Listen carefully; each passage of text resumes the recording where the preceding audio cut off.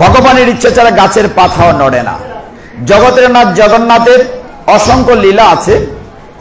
ছোট্ট যে বিষয়টি আমি বলবো তার পূর্বে একটি কথা বলি, সেটি হচ্ছে ভগবানকে ডাকতে হবে। আপনি যদি বলেন, চিন্তা করেন যে ভগবানের কাছে আমি প্রার্থনা করব না, জপ করব না, একাদশী করব না, ভগবান অনুশাসন মানব না, তাইলে হবে না। আপনারা দেখছেন জয় গীতা চ্যানেল। গোপেশ গোপিকা কান্ত রাধা কান্ত নমস্তুতে, তপ্ত কাঞ্চন গৌরাঙ্গী রাধে বৃন্দাবনেশ্বরী, বৃষভানুসুতে দেবী প্রণমামি হরি প্রিয়। নম মহাবদান্নায় কৃষ্ণ প্রেম প্রদায়তে, কৃষ্ণায় কৃষ্ণ চৈতন্য নাম্নে গৌরতীশে নম।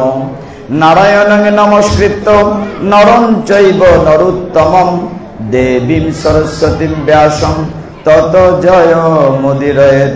নমঃ বিষ্ণুপাদায় কৃষ্ণ প্রেষ্ঠায় ভূতলে, শ্রীমতে ভক্তি বেদান্ত স্বামিনীতি নামিনে। নমস্তে সরস্বতী দেবে গৌরবাণী প্রচারিণে, নির্বিশেষ শূন্যবাদী পাশ্চাত্য দেশ তারিণে। বাঞ্ছাকল্পতরুভ্যশ্চ কৃপা সিন্ধুভ্য এব চ, পতিতানাং পাবনেভ্যো বৈষ্ণবেভ্যো নমো নমঃ। আমরা কৃপা করে হাত তুলি। জয় শ্রী কৃষ্ণ চৈতন্য প্রভু নিত্যানন্দ, শ্রী অদ্বৈত গদাধর শ্রীবাসাদি গৌর ভক্ত বৃন্দ। হরে কৃষ্ণ কৃষ্ণ কৃষ্ণ হরে হরে, হরে রাম রাম রাম হরে হরে, হরে বৎসল। জগন্নাথ স্বামী নয়ন পথগামী ভব তুমি, যেই গৌর সেই কৃষ্ণ সেই জগন্নাথ। এই যে কথাগুলো বাসুকুশ বলেছেন, আপনাদের কি সৌভাগ্য রথযাত্রা মহা মহোৎসব উপলক্ষে যে 9 দিন ব্যাপী অনুষ্ঠান বলেছেন যে উল্টো রথের দিন আবার মূল মন্দিরে ফিরে আসবেন। এই মন্দিরের নাম আছে, নামটা দিয়েই বলি। ভগবান জগন্নাথ পুরীতে মানে প্রথম যে মন্দিরে থাকেন, এখানে যে মূল মন্দিরে আছেন, পুরীর মন্দিরকে বলা হয় নীলাচল। কি বলেছে? আর এখন যে গুন্ডিচা মন্দির আছে তার নাম হচ্ছে সুন্দরাচল। একটা হচ্ছে নীলাচল, একটা হচ্ছে সুন্দরাচল। ভগবান জগন্নাথ তার ভাই বোনকে নিয়ে গিয়েছেন গুন্ডিচা মন্দিরে মাসিমার বাড়িতে, এইটাকে বলা হয় সুন্দরাচল। সুন্দরাচল মানে ব্রজ, অভিন্ন ব্রজ বৃন্দাবন। আর নীলাচল হচ্ছে অভিন্ন দ্বারকা, যেখানে ভগবানের রাজত্ব। তো তিনি এখন সুন্দরাচলে আছেন। তো মাসির বাড়িতে পিঠে পায়েস খাচ্ছেন, কিছুদিন পরে আবার মূল বাড়িতে নীলাচলে চলে যাবেন। যা হোক, এই যে আপনারা কৃপা করে এসছেন, প্রসাদ নিচ্ছেন, আনন্দ সংবাদ এই, অনেকেই মনে করেন যে এই কাজটি আপনি ঠিক মতো করলেন না, সময় মতো এলেন না। হ্যাঁ, আমাদের ইচ্ছায় কি চলে না ভগবানের ইচ্ছায় চলে? এটাকে আমরা বিশ্বাস করি না, মুখে বলি।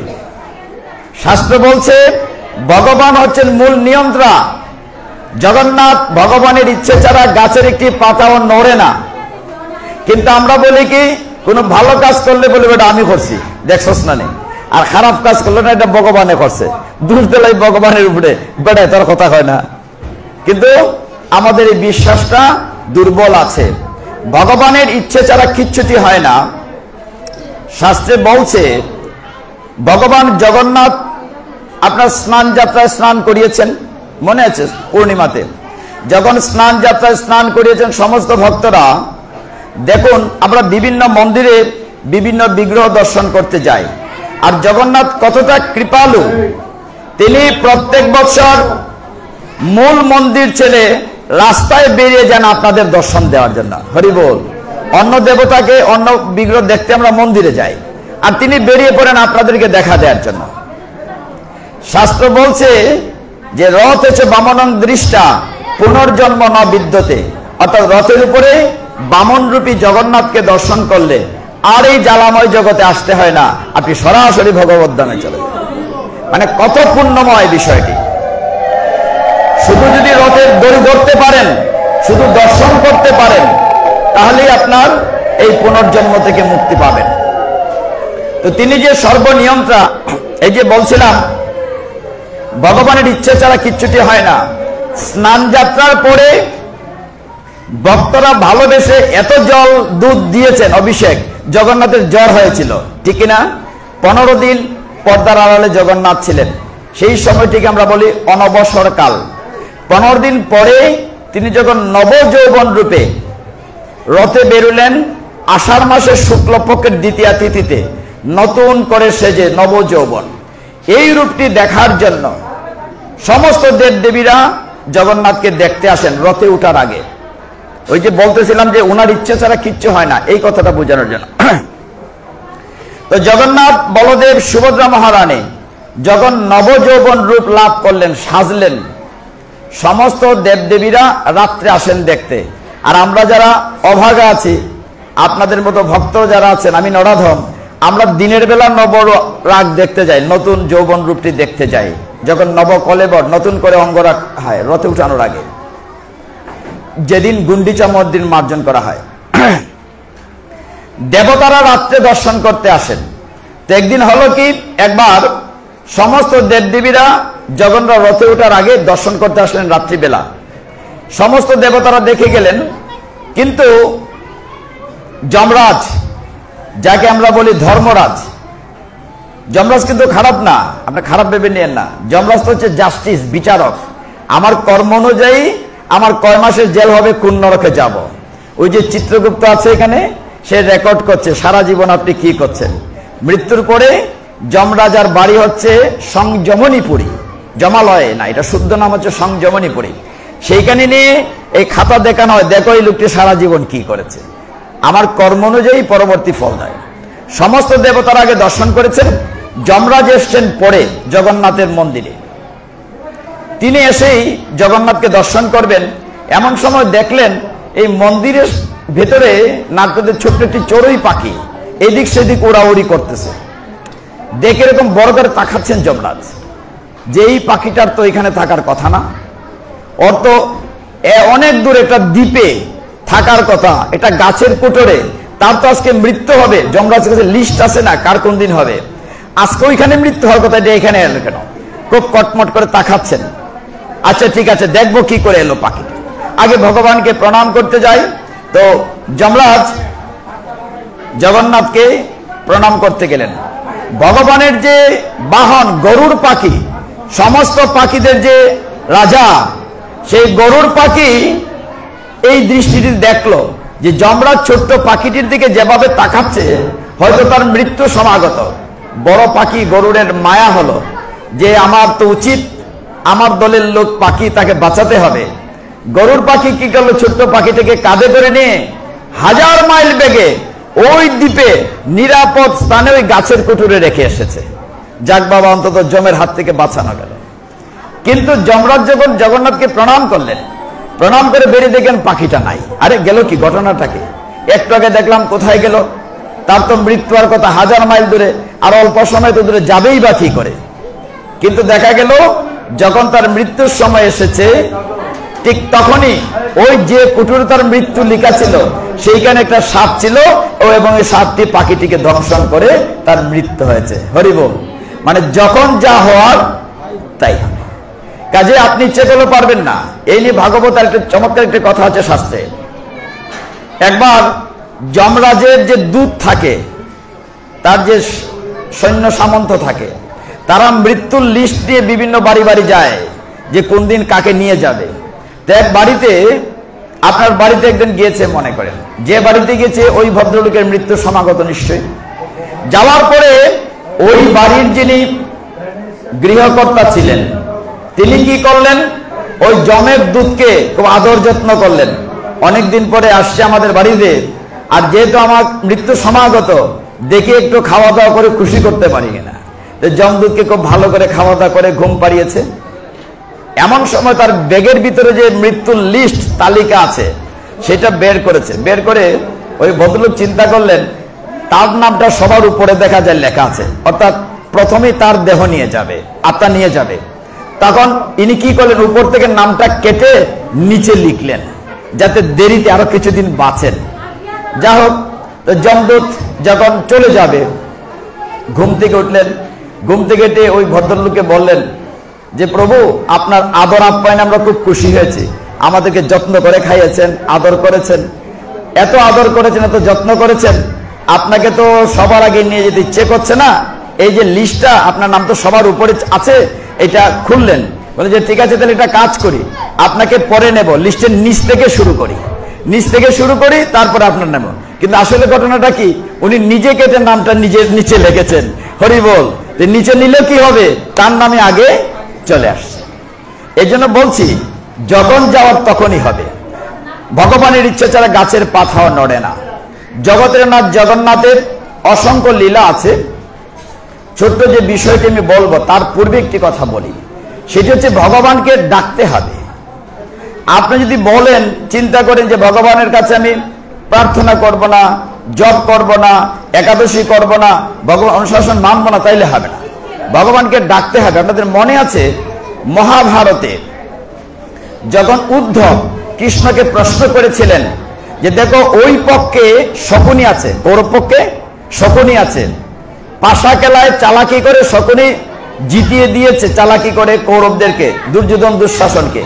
হে কৃষ্ণ, তুমি যদি পাণ্ডবদের সাথে থাকতে তাইলে তো আর পাশা খেলায় হারতো না, যুদ্ধই হতো না। তখন কৃষ্ণ কি বলেছিলেন উদ্ধবকে? বলেছিলেন আমাকে তো ডাকতে হবে। আমি যখন ধর্মরাজ যুধিষ্ঠির মহারাজকে বললাম যে আমি তোমার সাথে বসি, যুধিষ্ঠির বলে না না, এই বাসুদেব, এই খেলা টেলায়, জোয়া খেলায় তোমার থাকার দরকার নাই, তুমি বাইরে থাকো, আমার যখন দরকার পড়ে আমি ডাকবো, তুমি আসবে। উদ্ধবের প্রশ্ন উত্তরে এই কৃষ্ণের কথা বলছেন। তো বাইরে কৃষ্ণ বসে আছেন, পাশা খেলা চলছে, হেরে গেলেন, হারতে হারতে রাজ্য সব চলে গেল।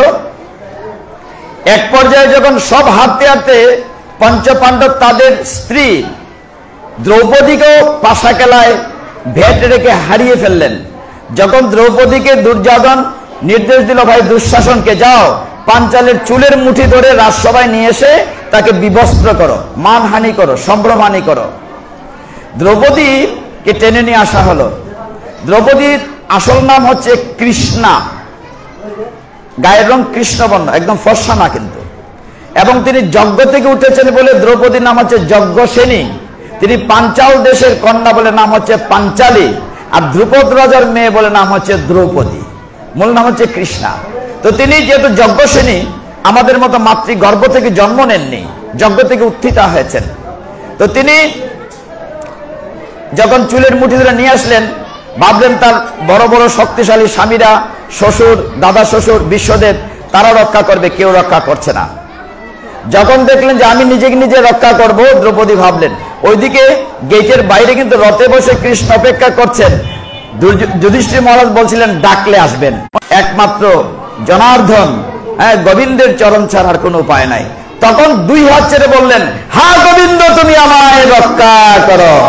যখন বললেন হা গোবিন্দ রক্ষা করো, ঠিক তখন কৃষ্ণ বুঝলেন যে এইবার আমাকে কেউ ডেকেছে, ওই যে ডাকতে হবে। তখন তিনি ওই যে আঙ্গুলের মধ্যে কেটে গিয়েছিল, একটু খেয়ে এনেছেন ভগবানকে। ভগবান যদিও গীতায় বলেছেন আমি দুষ্টের দমন, শিষ্টের পালন, ধর্ম সংস্থাপন করার জন্য আসি, কিন্তু উপলক্ষ লাগে।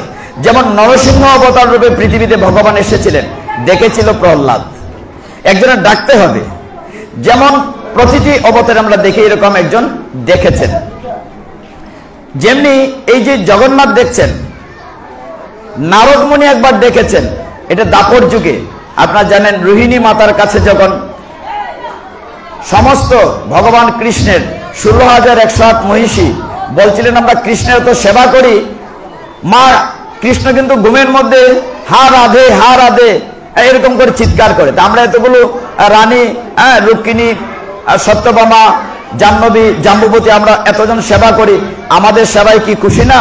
তিনি কেন রাধা? রাধাটাকে তখন রোহিণী মাতা যে সবাইকে বসে বলেছিলেন, কৃষ্ণ বলরাম বাইরে ছিলেন, বলছে এসব বলা যাবে না, ছোটবেলার কাহিনী, বললে কৃষ্ণের মন খারাপ হবে, ব্রজের কথা বলা যাবে না। তখন সুভদ্রা বলছিল আমি দরজায় পাহারা দেব যাতে ওরা না আসতে পারে। এখন এই ভাবের কথা শুনতে শুনতে দ্রৌপদী যেমন কাহিনী আছে সত্যভামা শুনতে জগন্নাথ বলদেব সুভদ্রা মহারানী দরজায় দাঁড়িয়েছিলেন, কিন্তু ব্রজের রাধারানীর কথা, দাম সুদাম সিদামের রাখাল বেশের কথা, রাধারানীর প্রেমের কথা শুনে অষ্টসাত্ত্বিক ভাব হয়েছিল। কোন ফাঁকে যে জগন্নাথ বলদেব এসছেন সুভদ্রা বলতেই পারেন নাই। তারা এসে যখন দেখলেন, শুনলেন তাদের আগের কাহিনী, ব্রজের বৃন্দাবনের প্রেমের কাহিনী, তাদের হাত পা ভিতরে ঢুকে গেল, কুর্মরূপ ধরলেন, যে রূপটা আমরা দেখি। এইখানে মূলত রূপটা দেখতে চেয়েছিলেন নারদমণি। নারদমণির রূপটা দেখে বলছেন, ভগবান এইটি তোমার আদি অকৃত্রিম রূপ, এই রূপটিকে জগৎবাসীকে দেখাও। তখন তিনি বলছিলেন, আমি আসবো পৃথিবীতে দারু ব্রহ্ম রূপে। একইভাবে ব্রহ্মাজি একবার দেখেছিলেন এই রূপে আসতে। একইভাবে সত্যযুগের শেষে আপনারা জানেন মহারাজা ইন্দ্রদুম্ন জগন্নাথের এই রূপটি প্রতিষ্ঠা করেছিলেন। তিনি নিজ নয়নে নীলমাধব, জগন্নাথের নাম ছিল তখন নীলমাধব, নীলগিরিতে যিনি অবস্থান করছিলেন দেখার জন্য প্রত্যাশা করেছিলেন, তিনি দেখিয়েছিলেন এইভাবে। এই কাহিনী বললে 1 ঘন্টা চলে যাবে, বলবো না।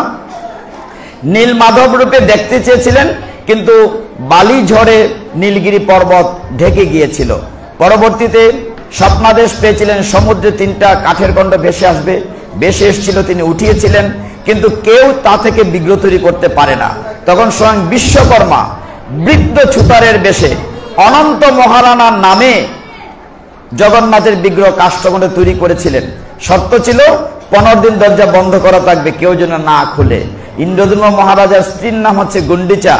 10 দিন পরে আর আওয়াজ পাচ্ছেন না, ভাবলেন বুড়া বেটাকে ভিতরে মরে গেল, দরজা খোলো দেখি। রাজা বলে, না শর্ত দেয়া আছে 15 ডেজ, মানে খোলো দেখি। খুলে দেখা গেল এইটুকুন হাত, পা নাই, বড় বড় চোখ, সর্বনাশ, বুড়া বেটাও নাই, মানে বিশ্বকর্মা অদৃশ্য হয়ে গিয়েছে। রাজার কি ক্রন্দন! ইন্দ্রদ্যুম্ন মহারাজা তিনি বলছিলেন, আমার কারণেই খোলা হয়েছে, অপরাধ হয়েছে, এই রূপ।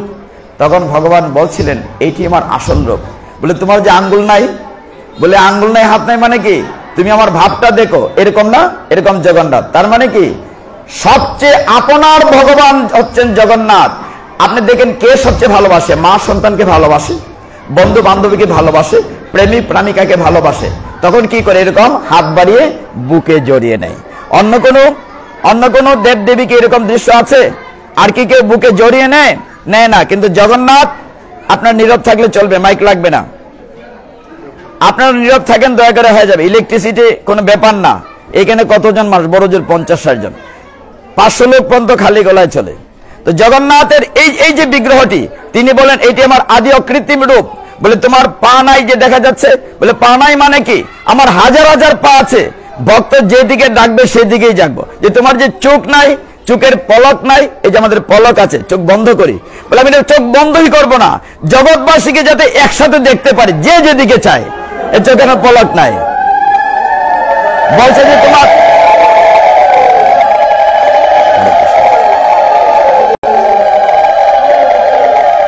এরকম রূপ কেন? যে আমার হাত, আমি শেষের কথাটি বলি না, লম্বা হয়ে যাবে। ইন্দ্রদ্যুম্ন মহারাজকে জগন্নাথ বলছিলেন, ঠিক আছে বুঝলাম, এইটাই তোমার আদি রূপ। জগন্নাথ বললেন, ইন্দ্রদ্যুম্ন মহারাজ তুমি আমার কাছে বর চাও, তুমি আমাকে প্রতিষ্ঠা করেছো এই বিগ্রহ রূপে। তিনি 3টি বর চাইলেন। প্রথম বললেন, যেহেতু আপনি ভগবান রূপে এসছেন, দারু ব্রহ্ম, পৃথিবীকে মহাপ্রসাদ দিবেন। আমি আরেকবার মহাপ্রসাদের কাহিনী এখানে বলে গেছি, আজকে বলবো না। তো আপনি প্রথম বর হচ্ছে ভক্তরা আপনার দিতে থাকবে, আপনিও খেতে থাকবেন, আপনার হাত যেন কখনো শুকায় না, 56 ভোগ হবে, যাতে করে পৃথিবীর যে কোনো জায়গা থেকে ভোগ দিলে আপনি গ্রহণ করতে পারেন। নাম্বার 1 বলেন, ঠিক আছে। দ্বিতীয় বলে, আপনি ঘুমাবেন না, বেশি না, মাত্র 4 ঘন্টা, যাতে সবসময় মন্দির খোলা থাকে, জগৎবাসী আপনার দর্শন করতে পারে। 3 নম্বর হচ্ছে, আমাকে তুমি নিবংশ করে দাও, আমার যেন সন্তান হয় না।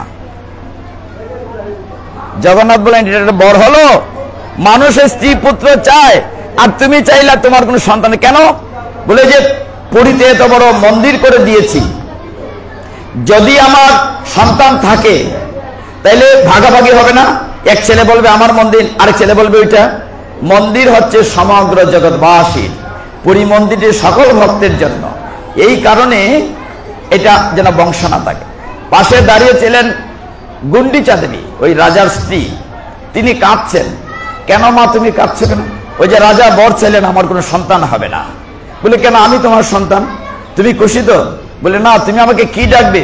বলে সকলে মা ডাকলে তো একবার ময় আকারে মা হয়, আমি ডাকবো তোমাকে দুইবার মা। বলে কেমন? আমি তোমার ডাকবো মাসি মা। তাহলে সামনেও মা থাকবে, পেছনেও মা থাকবে, মাসি মা। বলে ঠিক আছে, ভালো কথা। তাহলে মাসিমার বাড়িতে আসবে না? বলে কেন আসবো না, প্রতি বৎসর আষাঢ় মাসের শুক্লপক্ষের দ্বিতীয় তিথিতে আমি পিঠা খাওয়ার জন্য তোমার বাড়িতে যাব, গুন্ডিচা মন্দিরে, ইচ্ছে মতো পিঠা পায়েস আমায় খাওয়াবে। এই যে ঘটনাটি এত চমৎকার স্কন্দ পুরাণে আছে উৎকল খণ্ডে, এবং যখন জগন্নাথ বলদেব সুভদ্রা মহারানী রথ নিয়ে গুন্ডিচা মন্দির, এখন গুন্ডিচা মন্দির যাকে আমরা বলি সুন্দরাচল, সুন্দরাচলে আছেন মাসির বাড়িতে, উল্টো রথের দিন আবার ফিরে যাবেন। মধ্যে আবার হেরা পঞ্চমী হয়েছে প্রভু, 5 নম্বর দিয়ে হেরা পঞ্চমী হয়েছে। লক্ষ্মী দেবীকে সাথে আনেন নাই বলে লক্ষ্মী দেবী রাগ করে গিয়ে জগন্নাথের রথের কোনা ভেঙে দিয়ে গেছেন। এরকম অনেক লম্বা কাহিনী কালকে বলেছে, সেটাও বলবো না। তো হেরা পঞ্চমী পালন করেছেন। জগন্নাথের অপ্রাকৃত অসংখ্য লীলা আছে। এখানে তো পিতাজিদের সংখ্যা মাত্র 4, 2, 6, 7 জন, মাতাজিদের সংখ্যা বেশি। প্রভু মাতাজিদের কথা না বললে আমার চাকরি থাকবে না, মাতাজিদের কথা ঠিক না? আপনাদের কথা না বলে তোমার চাকরি এনটি নট হয়ে যাবে। জগন্নাথের লীলা গ্রন্থে মাতাজিদেরকে নিয়ে অনেকগুলো কাহিনী আছে। আমার হাতে 15 মিনিট সময় আছে, 15 মিনিটে যতটুকু বলা যায়। তো যে কথা হয় সেই কাজ। 2টা কাহিনী, যে ছোট্ট একটা কথা বলি, পরেরটা যদি সময় কোলায়।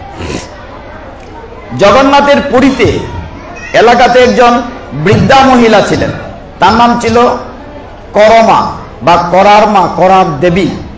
বুড়া মানুষ, ওনার কাছে নিয়ম নিষ্ঠা কিছু ছিল না, কিন্তু ভক্তি ছিল।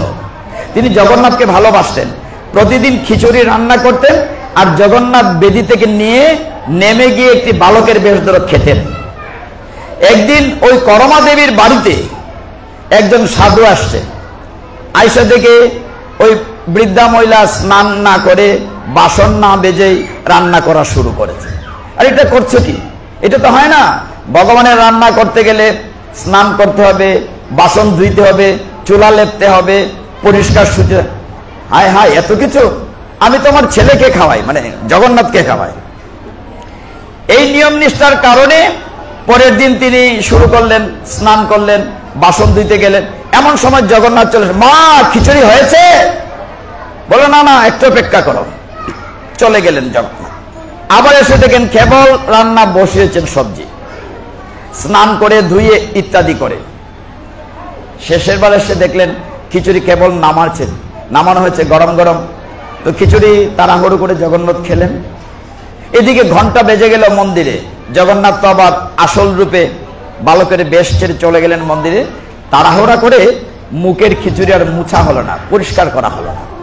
এখন সকালবেলা দরজা খুলে এই পূজারীরা দেখলেন জগন্নাথের মন্দিরে যে জগন্নাথের মুখের মধ্যে খিচুড়ি লেগে আছে। ব্যাপার কি? কেবল মন্দির খোলা হলো, আমরা তো ভোগই লাগাই নাই, খিচুড়ি এলো কোত্থেকে? আমাদের কোথাও অপরাধ হয়েছে। যখন জগন্নাথ দৈববাণী করলেন, আমার একজন মা আছে করার দেবী, আমি ওকে করমা বলি, করমার খিচুড়ি ছাড়া আমার পেট ভরে না। আজকে কোথাকার কোন সাধু এসে ওই মহিলাকে এমন নিয়ম শিখিয়েছে, তাড়াহুড়া করে মুখ মুছার সময় পাই। এই মায়ের কাছে তো সন্তানের কোনো নিয়ম নাই। বাৎসল্য প্রেমে নন্দ মহারানীর কাছে কি কানার কোনো নিয়ম আছে? ওই মায়ের খিচুড়ি আনো, তাইলে তোমাদের প্রসাদ আমি ভোগ নেব। আইন করে দেয়া হলো। রাজা জানলেন যে প্রতিদিন যে 56 পদ ভোগ রান্না হয়, তার মধ্যে একটা বাটি থাকবে করমার খিচুড়ি। এইভাবে চলতে লাগলো পুরীতে। কিছুদিন পরে ওই বৃদ্ধা মহিলা দেহ রাখলেন, মারা গেলেন। কিন্তু জগন্নাথ দেখা গেল গলায় ধরা পড়ে সন্তানের মতো কাজ করলেন। এখন কিভাবে ভোগ হবে? আইন করা হলো 56 ভোগের মধ্যে একটা খিচুড়ি দেয়া হবে, কাগজের টুকাতে লেখা থাকবে ইয়া করমার খিচুড়ি। এখনো আইনটি আছে, মানে করমার খিচুড়ি ছাড়া জগন্নাথের পেট ভরে না। এইভাবে আপনারা যারা মাতাজি মায়েরা, তারা হচ্ছেন ঘরের সাক্ষাৎ লক্ষ্মী দেবী। আপনি হচ্ছেন ঘরের লক্ষ্মী দেবী, ঠিক না প্রভু? আপনি তো বুঝতেন না, আপনি তো দূর দেশে থাকেন। যারা সংসারে আছেন, আমরার মতো যারা গৃহস্থ আছেন, তারা বলেন ঘরের লক্ষ্মীকে রাগ করাইলে উপায় আছে? ওইটা ঠিক না থাকলে বলতে শেষ। নজরুলে বলছিলেন সুন্দর, রাজা করে রাজ্য শাসন, রাজাকে শাসায় রানী, ঘরের লক্ষ্মী ঠিক না থাকলে তো আমার চাকরি নাই। জগন্নাথের বেলায় একটা ঘটনা আছে, এটা 10 মিনিটে শেষ করা যাবে। একদিন এই কাহিনীটি হচ্ছে শ্রেয়া চণ্ডালিনীর কাহিনী। কি বলেছি? শ্রেয়া চণ্ডালিনী। একবার এখানে কেন বলছি কথাটি, অনেক লীলা আছে। কালিচা মহাপাত্রের, গীতা পান্ডার, তারপরে রঘুদাসের, রঘুবরের, হ্যাঁ অনেক অনেক কাহিনী আছে, বন্ধু মহান্তির। কিন্তু এখানে যেহেতু মায়েরা সকল লক্ষ্মী মায়েরা, এই জন্য আপনাদের উদ্দেশ্যে বলছি। একবার জগন্নাথ বলদেব সকালবেলা মর্নিং ওয়াক গিয়েছেন, হাঁটতে বেরিয়েছেন। হাঁটতে বেরিয়ে সকালবেলা মর্নিং ওয়াক হাঁটতে হাঁটতে গিয়ে দেখলেন তাদের ঘরের বউ, এখানে কথা না বলি, লক্ষ্মী দেবী জগন্নাথের স্ত্রী। বলে এটা কেমনে হয়? জগন্নাথ হচ্ছে স্বয়ং নারায়ণ, স্বয়ং কৃষ্ণ। যদি বিবেচনা করেন তাহলে সহজ হবে। জগন্নাথ বলদেব দেখলেন তাদের ঘরের বউ লক্ষ্মী দেবী এক চণ্ডালের ঘর থেকে বের হচ্ছে। চণ্ডালের কি নাম বলেছিলাম? শ্রেয়া চণ্ডালিনী। এইটা দেখে বলরামের তো না কুচা, বেটা উষা জাত, জগন্নাথ আজকেই তোমার বউরে ঘর থেকে বাইর করে দিবাই। বলে কে রে? আমরা হইছি উচ্চ বর্ণের, আর আমরার ঘরের বউ কিনা গেছে ওই চণ্ডালের ঘরে, ঘরে রাখা যাবে না। এখন জগন্নাথ তো চিন্তায় পড়ে গেলেন, এখন বউ রাখেন না ভাই রাখেন। বলদেব বলছে না, এই বউকে ঘর থেকে বের করে দাও, নাইলে আমি ঘরেই থাকবো না। তার সকালবেলার কি করা যায়? যথারীতি ঘুম থেকে উঠেই লক্ষ্মী দেবীকে ঘর থেকে বের করে দেওয়া হলো, মন্দির থেকে, শ্রী মন্দির থেকে। এখন লক্ষ্মী দেবী ঘর থেকে বেরিয়ে গেলেন মানে কি? লক্ষ্মী হারা হলে ঘর দরজা কালো হয়ে গেল, মাকড়সার জাল হয়ে গেল। এখন সকাল হয়েছে, সকালে জল খাবারের সময় হয়েছে। এখন বলদেব সুভদ্রা মহারানী তো আছেন, কিন্তু লক্ষ্মী দেবী ঘরে নাই। জগন্নাথ বলদেবের জল খাবার খেতে দে, অনেকক্ষণ অপেক্ষা করতে করতে ক্ষুধা লাগছে। বলদেব বলছে, বাইরে জগন্নাথ পেটের তো ক্ষুধা মানে না, চলো দেখি আমরা গিয়ে কিছু আছে কিনা। রান্নাঘরে গিয়ে দেখলেন রান্নাঘরে কিচ্ছু নাই, এমনকি যে চুলা, মাটির চুলাও ভাঙ্গা। সমস্ত পরিচারিকা লক্ষ্মী গিয়েছেন, তার সাথে দাসদাসীরাও চলে গেছে। তা চলো দেখি কোথাও আছেনি, কোনো স্টোর রুমে নাই। ক্ষুধার তাড়নায় বলদেব জগন্নাথ ভাবলেন চলো আমরা ভিক্ষা করে খাই, তবু তো খেতে হবে। এমন চেহারা কুৎসিত হলো জগন্নাথ বলদেবের, লক্ষ্মী নাই, লক্ষ্মী হারা হয়ে আর তাদের চেহারা নষ্ট হয়ে গেল। যে ঘরেই ভিক্ষা করতে যান সবাই দরজা বন্ধ করে দেয়, কেউ দিচ্ছে না। সারাদিন চলে যাচ্ছে, ভাইরে ক্ষুধা লাগছে, কি করা যায়? লক্ষ্মী দেবী বললেন সূর্যদেবকে, আদেশ দিলেন, সূর্যদেব তোমার যা পাওয়ার আজকে আছে বাড়াই দেব, বলতেই দেখি কত গরম এরা সহ্য করতে পারে। গরমে গাইমা জগন্নাথ বলদেব তৃষ্ণার্ত, দেখলেন দূরে একটা পুকুর, যে চলো একটু জল পান করি, তবু তৃষ্ণা মিটে ক্ষুধা নষ্ট হবে। পুকুরের কাছে গেলেন, এখন অবাগা যেদিকে চায় সাগরও শুকিয়ে যায়। দেখা গেল পুকুরের জল শুকিয়ে গিয়েছে। পাশে দেখলেন একটি সবুজ গাছ, যে কচি পাতা খাওয়া যাবে। গাছের কাছে গেলেন, গাছের পাতা শুকিয়ে ঝরঝর করে পড়ে গেল। হায় রে কপাল, কোথায় খাবার পাই? সারাদিন চলে গেল, তৃষ্ণার্ত ক্ষুধার্ত। বিকেল বেলায় একটা মন্দিরের কাছে সন্ধ্যা হয়, দেখলেন পূজা হচ্ছে, কীর্তন হচ্ছে। ভাবলেন নিশ্চয়ই প্রসাদ দেবে, সবাই লাইন ধরে বসেছে। জগন্নাথ বলদেব লাইন ধরে বসেছেন প্রসাদ পাওয়ার জন্য, এরকম হাত বাড়িয়ে বসেছে। লক্ষ্মী দেবী বললেন, হে পবনদেব বাতাস, তোমার যত বেগ আছে বাড়াই দাও। ওই দিন ওই মন্দিরে ভোগ দেওয়া হয়েছে খই আর মুড়ি। এখন জগন্নাথ বলদেব হাত বাড়াই বসে রয়েছেন, সবার হাতে হাতে প্রসাদ দেওয়াচ্ছে। তাদের হাতে যে খই মুড়ি দিছে, বাতাস আইসা উড়াই নিয়ে গেছে। লক্ষ্মী হারা হইলে উপায় নাই, প্রসাদ তো জুটলো না। হায় রে ভাই, ক্ষুধায় তো আর বাসি না, কি করে? রাত্র হয়ে গেছে। বলদেব জগন্নাথ দেখলেন অনেক দূরে, গ্রামের মধ্যে হাঁটতে হাঁটতে গেলেন, গিয়ে দেখলেন একটা ঘরের ভিতরে প্রদীপ মিটমিট করে জ্বলছে। চলো ওই বাড়িতে যাই, তবু যদি কিছু খাবার পাওয়া যায়। গেলেন বাড়িতে, দরজা খুললো, মধ্যরাত্র।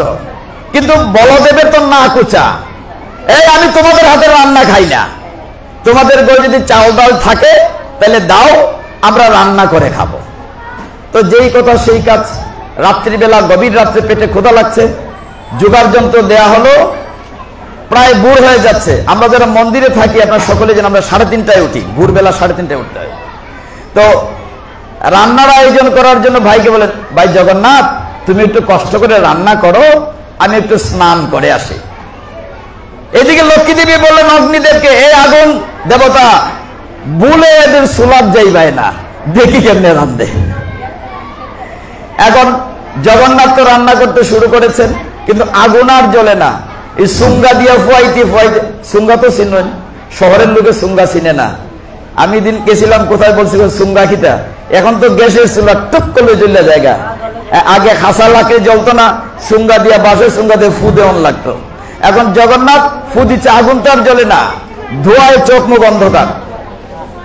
প্রায় ভোর হয়েছে, বলদেব স্নান করে খুশি মনে আসতেছেন, এইবার বোধহয় খাবার পাওয়া যাবে। এসে দেখেন রান্নাই হয় নাই। তুমি কি করেছো জগন্নাথ, অতক্ষণ ধরে লাগেনি রানতে, আমার পেন দাও আমি করি। সুঙ্গা নিয়ে বলদেব যে ফু দিছে, কিতাব হইমু দুমায় নাকে মুখে গিয়া কাশতে কাশতে শেষ। লক্ষ্মী দেবী না করছে, আগুন তুমি বলে চুলার যাইও না, বাইরে কি করা যায়। দাদা আমি জানি না, তুমি যেটা করো করো। লক্ষ্মীরে তো মনে মনে কয়, লক্ষ্মী তো ঘর থেকে বাইর করে দিছ, দেখো অবস্থা। বলদেবে বলছেন বাইরে ক্ষুধায় তো আর জাত মানে না, এই তোমাদের ঘরে কি আছে দাও, এখন আর উসানিসা জাত নাই, তোমাদের ঘরে যা আছে তাই দিয়েও খাইয়া জীবন রক্ষা করি। এখন মজার কথাটা মন দিয়ে শোনেন। খাবার নিয়ে আসছেন একজন মহিলা, লম্বা ঘুমটা, বৃন্দাবনে মাথা দিয়ে লম্বা ঘুমটা দেয় এরকম, লম্বা ঘুমটা খাবার দিচ্ছে। জগন্নাথ বলদেব পেটের ক্ষুধা, 1.5 দিন ধরে খাওয়া হয় নাই, গুগ্রাসে খাচ্ছে। বলদেবে বলতেছে জগন্নাথ রে, বাইরে খাবারটা বড় সিনা সিনা লাগে, কই জানি খাইছি। এই যেখানে যারা আছেন আপনারা প্রত্যেকেই একই খাবার রান্না যদি হয়, মা যদি রান্না করে, মাসি যদি রান্না করে, ঠাম্মা যদি রান্না করে, খাবারকে বোঝা যায় কার হাতে রান্না, বোঝা যায় না, একই খাবার। তো জগন্নাথ বলদেব জগন্নাথকে বলছে, ভাই রে এই যে খাইতেছি খাবারটা বড় সিনা সিনা লাগে, কতটা ফোরে চিহ্ন না গিয়ে খাইয়ালো, সারাদিন ধরে খাইছি না গে খাও। ইচ্ছে মতো খাইলো, খাওয়ার পরে দেখা যায় বড় একটা প্লেটে করে অনেক পিঠা নিয়ে আসছে ওই মহিলা মাতাজি, সিনা লাগে খাওয়ান। খাওয়ার পরে এত তো পিঠা নিয়ে আসছে। জগন্নাথ কিন্তু পিঠা পছন্দ করেন, যদিও এই মন্দির আমাদেরকে পিঠা দিব কিনা জানি না, বড় বড় মালপোয়া ফাটি সাপটা মাসির বাড়িতে। তো যেই এত পিঠা দিচ্ছে, সপ্তাহে তো একদিন যাবে, বৃহস্পতিবারে প্রত্যেকের ঘরে লক্ষ্মী যাবে। কি বারে লক্ষ্মী পূজা হয়? ওই যে বলদেব পারমিশন দিচ্ছেন যে বৃহস্পতিবারে প্রত্যেকের ঘরে লক্ষ্মী দেবী যাবে। সেই লক্ষ্মী মায় জগন্নাথ বলদেব সুভদ্রা মন্দিরে রান্না বাড়ার দায়িত্ব নেন। তা আপনারা যারা মায়ের আছেন সকলেই হচ্ছেন ঘরের লক্ষ্মী দেবী। পিতাজিরা দয়া করে লক্ষ্মী দেবীর সাথে লাগালাগি করেন না, নাহলে আমরা অবস্থা খারাপ হয়। কাজে লক্ষ্মী দেবী ঠিক আছে, খাবার দাবার যত্ন ঠিক আছে, আর লক্ষ্মী দেবী ঠিক নাই তো আমরা খাওয়ান নাই। যাই আমরা কাটায় কাটায় শেষ করছি। তো আপনারা প্রসাদ আস্বাদন করেন। এই পাগল শঙ্কর মন্দিরে ব্রাহ্মণবাড়িয়া জেলার এই নাসিরনগর উপজেলাতে প্রত্যেক বছরে আসি, কিন্তু তারা আসার পরে বলে সময় নাই 15 মিনিট 20 মিনিট, এটা ঠিক না। আপনাকে ভগবানের কথা আস্বাদন করার জন্য সময় দিতে হবে। আমরা কি শুধু মুখ দিয়ে খাই না অন্য অঙ্গ দিয়েও খাই, এটা কি আপনারা জানেন? আমি কান দিয়ে খেলাম, কাজেই শুধু মুখ দিয়ে খাওয়া না, ভগবানের কথা কান দিয়ে শ্রবণ করা এটাও খাওয়া। কাজেই আপনার চৈতন্য মহাপ্রভু বলেছেন, চেতদর্প মার্জনম ভব মহাদবাগ্নি নির্বাপনম। আমার বাইরের দেহের ময়লা সাবান দিয়ে পরিষ্কার করা যায়, আমার হৃদয়ের ময়লা কি দিয়ে পরিষ্কার করব? সাবান দিতে পারবো? এই যে ভগবানের কথা শুনলেন, নাম কীর্তন শুনলেন, ওইটা কানে দিয়ে ঢুকলেই আপনার হৃদয়ের আয়না পরিষ্কার হবে। আর যখন হৃদয়ের আয়না পরিষ্কার হবে তখন ভগবানকে আপনার হৃদয়ে দেখতে পাবেন। সেই চৈতন্য মহাপ্রভুর কথা বলে শেষ করব, কাটায় কাটায় 1 মিনিট। আমরা মহাপ্রভু যে নাম দিয়েছেন, স্বয়ং মহাপ্রভু এই রথ আমরা কোথা থেকে পেলাম? পুরীতে, জগন্নাথের পুরীতে ইন্দ্রদম্ন মহারাজ তৈরি করেছিলেন। এই রথযাত্রা সেই পুরী থেকে আমাদের বাংলায় নিয়ে এসেছেন চৈতন্য মহাপ্রভু। আর আজকে সারা পৃথিবীতে এই রথযাত্রা প্রচার করছেন ইসকন প্রতিষ্ঠাতা আচার্য শ্রীল প্রভুপাদ। শ্রীল প্রভুপাদের কারণে সারা পৃথিবীতে রথযাত্রা মহোৎসব হচ্ছে। শ্রীল প্রভুপাদ কে। যাই হোক, আমরা নাম করে সকলে শেষ করব।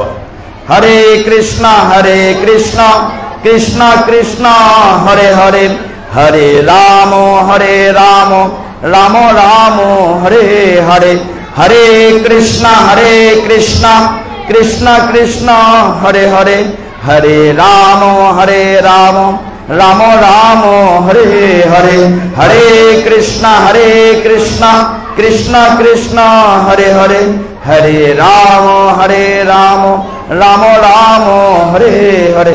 জগন্নাথ বলদেব সুভদ্রা মহারানী কি। জগন্নাথ বলরাম সুভদ্রা মহারানীর রথযাত্রা মহোৎসব কি। মহোৎসবে আগত ভক্তবৃন্দ কি। আন্তর্জাতিক কৃষ্ণ ভবনামৃত সংঘ ইসকন কি। পাগল শঙ্কর মন্দির কি।